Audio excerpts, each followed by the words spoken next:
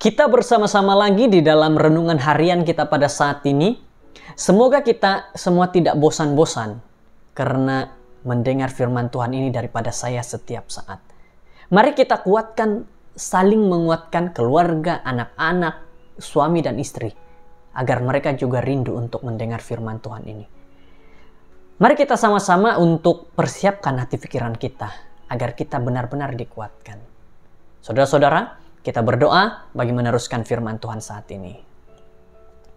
Bapa yang baik, dengan doa yang singkat ini, dengan doa yang sederhana ini, kami datang kepadamu memuji nama Tuhan terus, karena Engkaulah Allah, Engkaulah yang memimpin kami.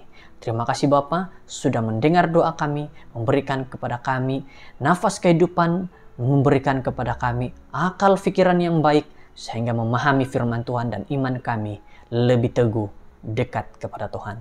Dalam nama Yesus kami sudah berdoa. Amin. Simpanlah pedangmu. Inilah renungan kita, inilah judulnya pada hari ini. Yohanes 18 ayat 10 hingga 11.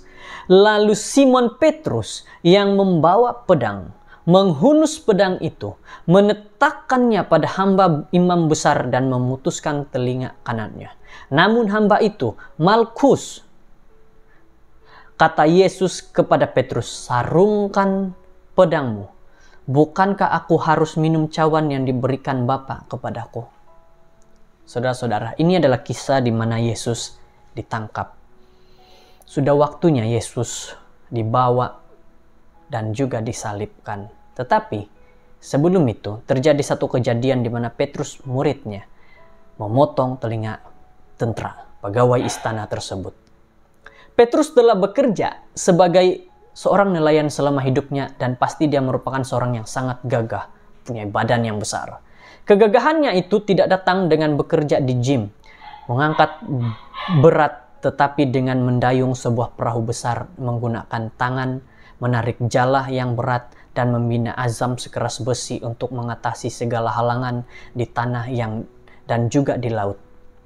Nah, saudara-saudara yang terkasih, sekarang mereka berada dengan orang-orang kota yang lemah di Yerusalem dan sekumpulan daripada mereka baru saja tiba dan dalam proses menangkap sahabat baiknya, Yesus. Di wilayah ini, perbuatan itu mengundang satu perkara pergaduhan dan inilah yang Petrus telah lakukan.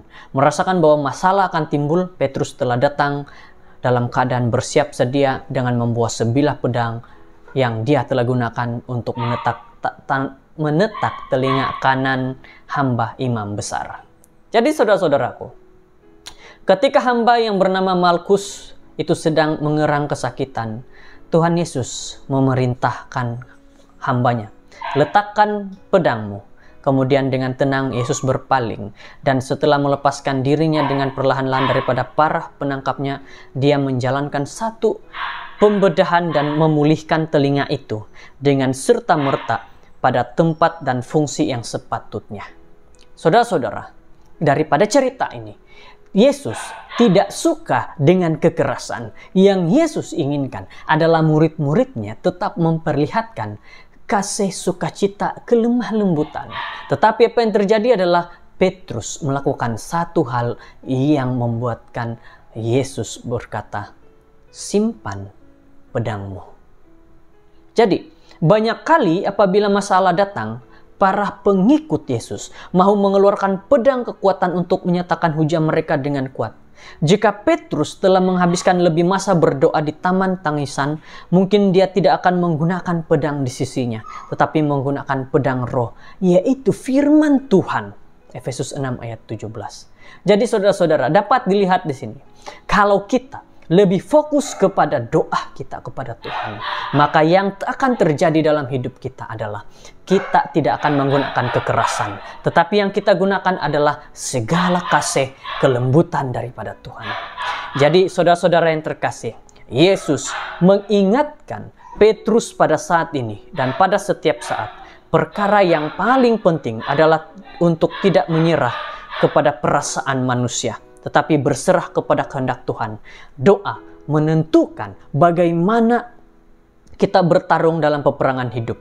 Marilah kita selalu berdoa supaya kita menggunakan pedang yang tepat di tengah-tengah kekecewaan hidup kita. Semoga firman Tuhan saat ini memperingatkan kepada kita bahwa kita jangan gunakan kekerasan untuk menyebarkan firman Tuhan, tetapi gunakanlah kasih daripada Tuhan. Kiranya kita semua diberkati hari ini. Mari berdoa. Bapa yang baik, penuh kasih, dengan firman-Mu yang baik ini kami dikuatkan, juga kami diperingatkan agar kami tidak menggunakan kekerasan untuk memperlihatkan orang-orang di luar sana, tapi dengan menggunakan kasih dan memperlihatkan bahwa firman Tuhan adalah yang terbaik. Inilah doa kami Tuhan, dalam nama Yesus. Amin.